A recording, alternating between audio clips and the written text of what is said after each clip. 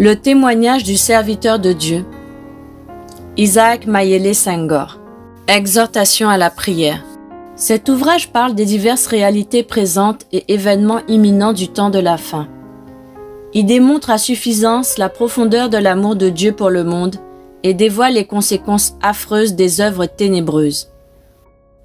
Aussi le diable ne voudra certainement pas que vous preniez connaissance du grand trésor qui y est contenu. Il nous aura fallu beaucoup de temps de prière et de jeûne durant les 4 années qui se sont écoulées, du projet de sa rédaction à sa mise en forme finale. C'est pourquoi nous vous invitons à faire cette prière, afin que Dieu vous aide à mieux saisir la portée de ses révélations. Seigneur Jésus-Christ, je prie que tu m'aides à lire et à comprendre ce livre selon ta pensée, éclaire mon intelligence et éloigne de moi la distraction. Couvre-moi par ton sang précieux, que toute initiative du monde des ténèbres contre ma personne soit anéantie en ton nom, Jésus-Christ. Amen. Chapitre 3. Le monde vu de Dieu. Le Seigneur ne se limita pas à me parler de son Église, il me révéla en effet le vrai visage du monde, la vanité qui le caractérise, ainsi que tous ceux qui s'y attachent. Les 2 chemins. Il me montra une bifurcation à 2 voies. La première était spacieuse et belle à son entrée, mais un panneau d'avertissement y était planté, informant que cette route n'était pas la bonne à prendre, malgré ses belles apparences trompeuses. Cependant, les gens s'entêtaient à l'emprunter, et tandis qu'ils progressaient, la misère et la ruine les surprirent. Un trou profond s'ouvrit et les engloutit. Ils furent précipités en enfer, pour avoir privilégié les plaisirs et les joies de ce monde. La seconde voie paraissait très étroite et épineuse à son début. Une pancarte y était affichée, recommandant aux passants de l'emprunter, car elle était la bonne voie malgré son apparence repoussante et difficile.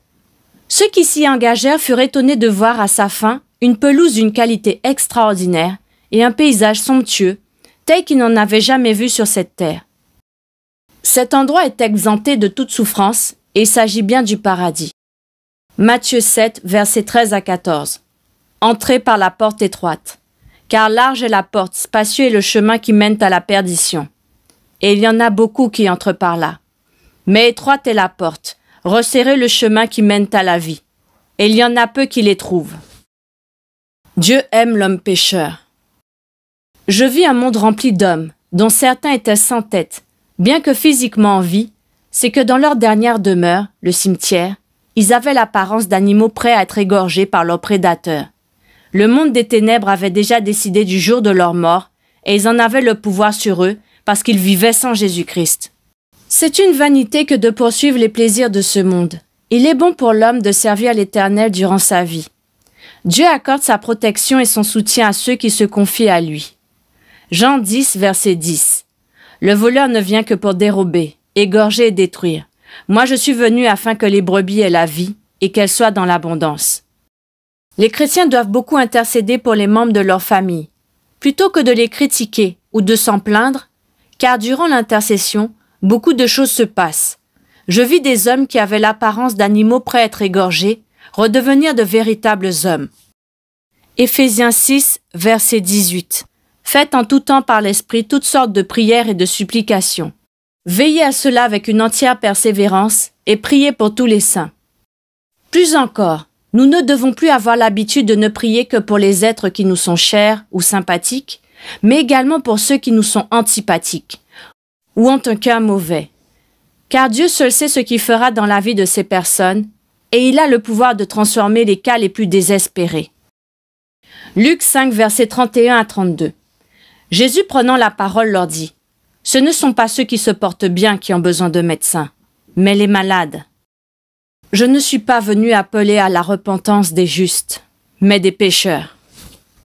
Le Seigneur m'interpella sur les réalités spirituelles du temps actuel, me disant que les jours sont mauvais car les hommes n'aiment plus la saine parole, mais recherchent plutôt la parole de leur convenance. Il me dit d'un air très triste: tout homme doit chercher le royaume de Dieu, le reste n'étant qu'accessoire. Mais aujourd'hui, les hommes font l'inverse. Ils préfèrent l'accessoire à l'essentiel que je suis.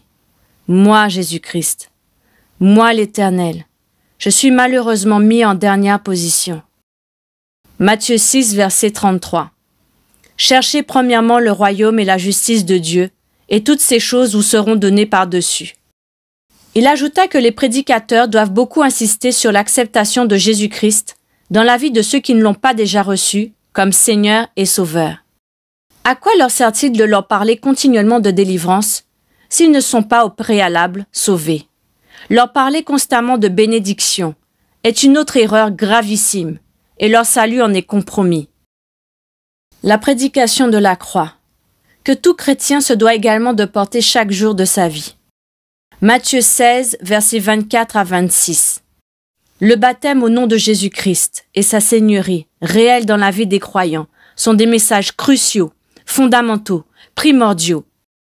Le reste, telles les délivrances et les bénédictions, ne peut précéder ni primer. L'évangile de la prospérité n'est pas l'évangile que nous ont légué le Seigneur et les apôtres. Il en est même l'antithèse. Matthieu 6, versets 19 à 21. Matthieu 10, versets 24 à 25. 1 Corinthiens 1, versets 26 à 29. 1 Timothée 6, versets 3 à 10. Jacques 1, versets 2 à 4. Jacques 5, versets 1 à 5. Jacques 5, versets 10 à 11. 1 Pierre 1, versets 6 à 7. 2 Pierre 2, versets 1 à 3. 1 Jean 2, versets 15 à 17. Jude, verset 4, verset 11, verset 16. Le sort de ceux qui affectionnent le monde. Un autre ange vint vers moi. Il me fit monter au sommet d'une montagne afin de me montrer notre monde. Cette expérience me bouleversa et reste à jamais marquée dans mon esprit. Car je réalisais alors à quel point notre vision du monde diffère de celle de Dieu. Je vis ce monde rempli d'obscurité, avec très peu de points lumineux ci et là. Dans la partie obscure, je vis des hommes qui se plaisaient au péché. Ils se trouvaient dans les bars pour y consommer de l'alcool et dans les hôtels pour y commettre des actes de fornication, etc. Puis j'entendis une voix me dire « Moi, Jésus-Christ, je désire que toutes ces âmes se convertissent. » L'ange de Dieu me montra de beaux tombeaux, contenant des ossements et des pourritures. Il m'expliqua qu'ils reflétaient parfaitement ceux qui vivent sans Jésus-Christ, quoiqu'ils aient beau s'habiller élégamment et mener la belle vie. Je vis ensuite de nombreuses portes dans le mur d'enceinte du royaume de Dieu. Chaque vie est enregistrée devant Dieu, au plus petit détail près. Rien n'échappe à son contrôle. Je vis alors un homme qui désirait y entrer, mais pour son plus grand malheur, une énorme bouteille lui en empêchait le passage. Pendant qu'il se démenait, une voix lui dit qu'il ne pouvait y accéder car il est un consommateur d'alcool et par conséquent indigne du royaume de Dieu. Il y avait derrière lui des tas de casiers de bière représentant le nombre de bouteilles et de casiers qu'il avait consommés durant sa vie. L'ange me dit que Dieu interdit à ses enfants la consommation d'alcool et qu'il attend plutôt d'eux qu'ils soient remplis du Saint-Esprit. Éphésiens 5, verset 18. Ne vous enivrez pas de vin, c'est de la débauche. Soyez au contraire remplis de l'Esprit. Je vis un autre qui cherchait à entrer par l'une des portes, mais une grosse tige de cigarette lui en barrait l'accès. Une fumée l'enveloppait des pieds à la tête. Son cœur était étrangement noir comme de la braise. L'ange me dit qu'il me fallait avertir les fumeurs qui devaient cesser de fumer, car notre corps est le temple du Saint-Esprit. 1 Corinthiens 3, versets 16 à 17. Ne savez-vous pas que vous êtes le temple de Dieu et que l'Esprit de Dieu habite en vous? Si quelqu'un détruit le temple de Dieu, Dieu le détruira, car le temple de Dieu est saint et c'est ce que vous êtes. Cette personne trouvait son plaisir à fumer, mais ne se rendait pas compte que cette fumée avait pour finalité d'étouffer le corps et l'esprit.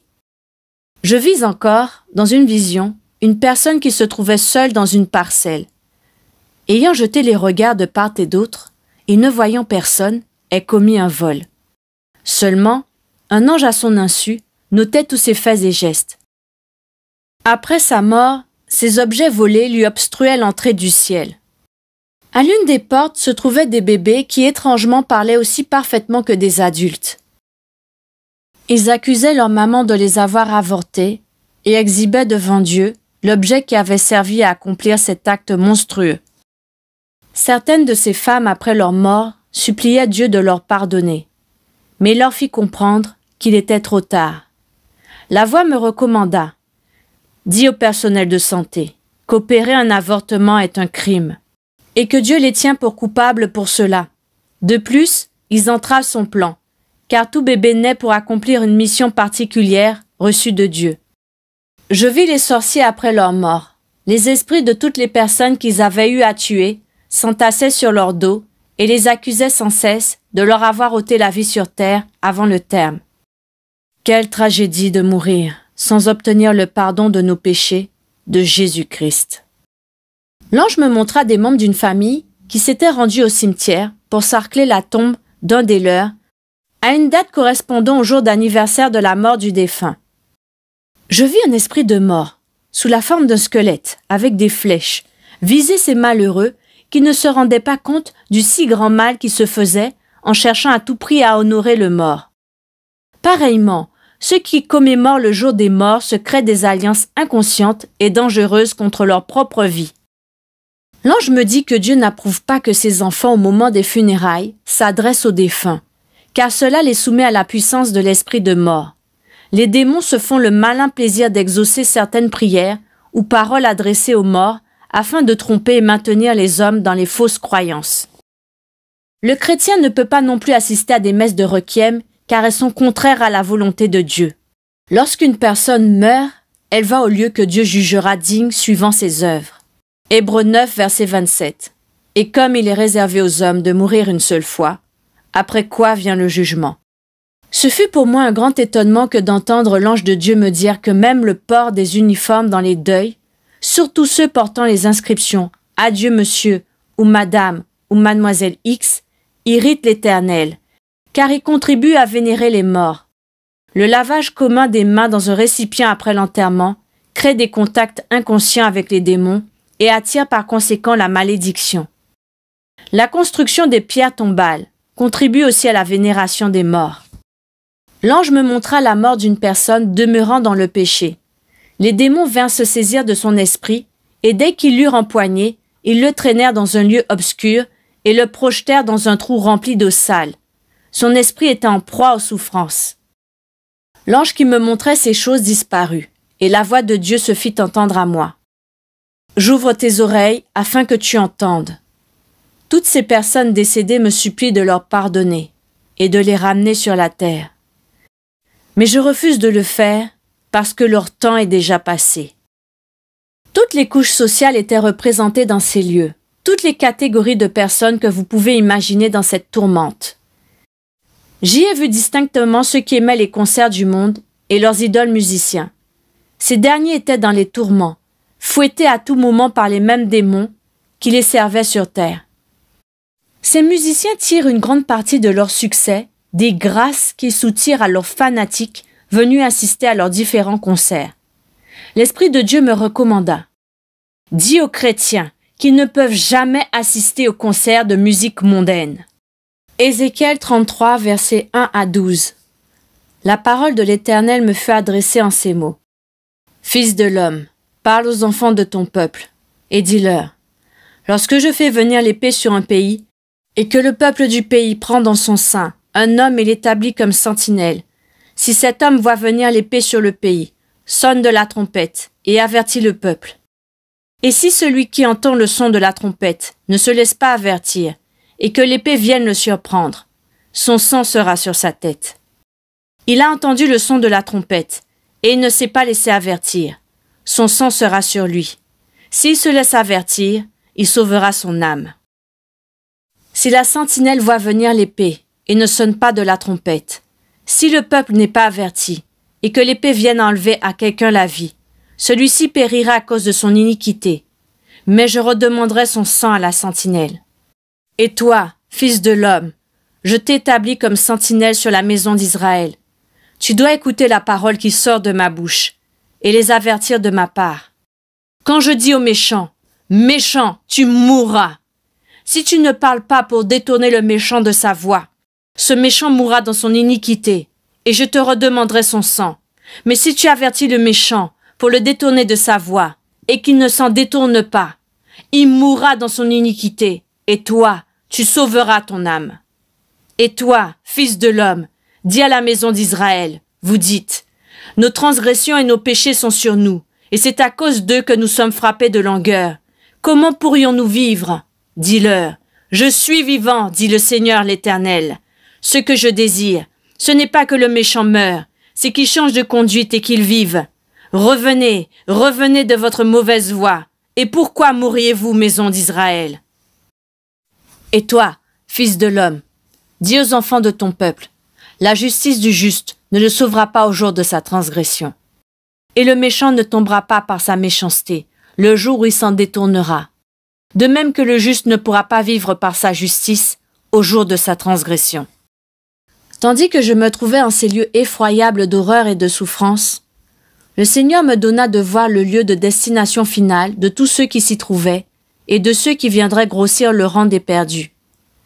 Je vis un feu qui brûlait ardemment, passant du bleu au jaune, au rouge, au vert, et il me dit « La douleur variera d'intensité d'après la couleur que le feu revêtira. » Épouvanté et terrifié à la vue d'un tel spectacle, je lui demandai « Les hommes viendront-ils réellement en ce lieu ?»« Oui, répondit-il, à cause de leur méchanceté. » Et il ajouta « Le feu dévorant ne sera pas le seul supplice qui devront durer.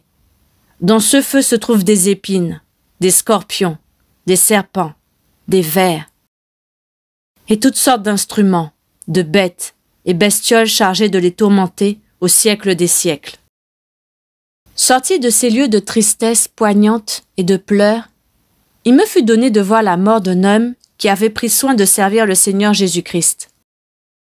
Un ange vint accueillir l'esprit du défunt et le dirigea sur un chemin resplendissant de gloire et bordé de fleurs. Les anges de Dieu étaient positionnés de part et d'autre en grand nombre, louant Dieu d'avoir accordé la grâce du salut à sa créature humaine. Son esprit fut conduit au paradis, y jouir d'un repos supérieur. Ésaïe 57, verset 2. Il entrera dans la paix, il reposera sur sa couche, celui qui aura suivi le droit chemin. Je vis en vision notre monde, et il avait l'aspect d'un vieux vêtement ayant perdu toute sa beauté et sa splendeur première. Le Seigneur Jésus-Christ le prit comme une petite boule dans l'une de ses deux mains et le jeta ensuite dans un étang de feu. Puis il me dit « J'ai soutenu le monde, maintenant je le rejette. » Hébreux 1, versets 9 à 11. Tu as aimé la justice et tu as haï l'iniquité. C'est pourquoi, ô Dieu, ton Dieu t'a oint, d'une huile de joie au-dessus de tes égaux. Et encore, toi, Seigneur, tu as au commencement fondé la terre, et les cieux sont l'ouvrage de tes mains. Ils périront, mais tu subsistes. Ils vieilliront tous comme un vêtement. Dis à ceux qui affectionnent le monde, quel sera leur sort.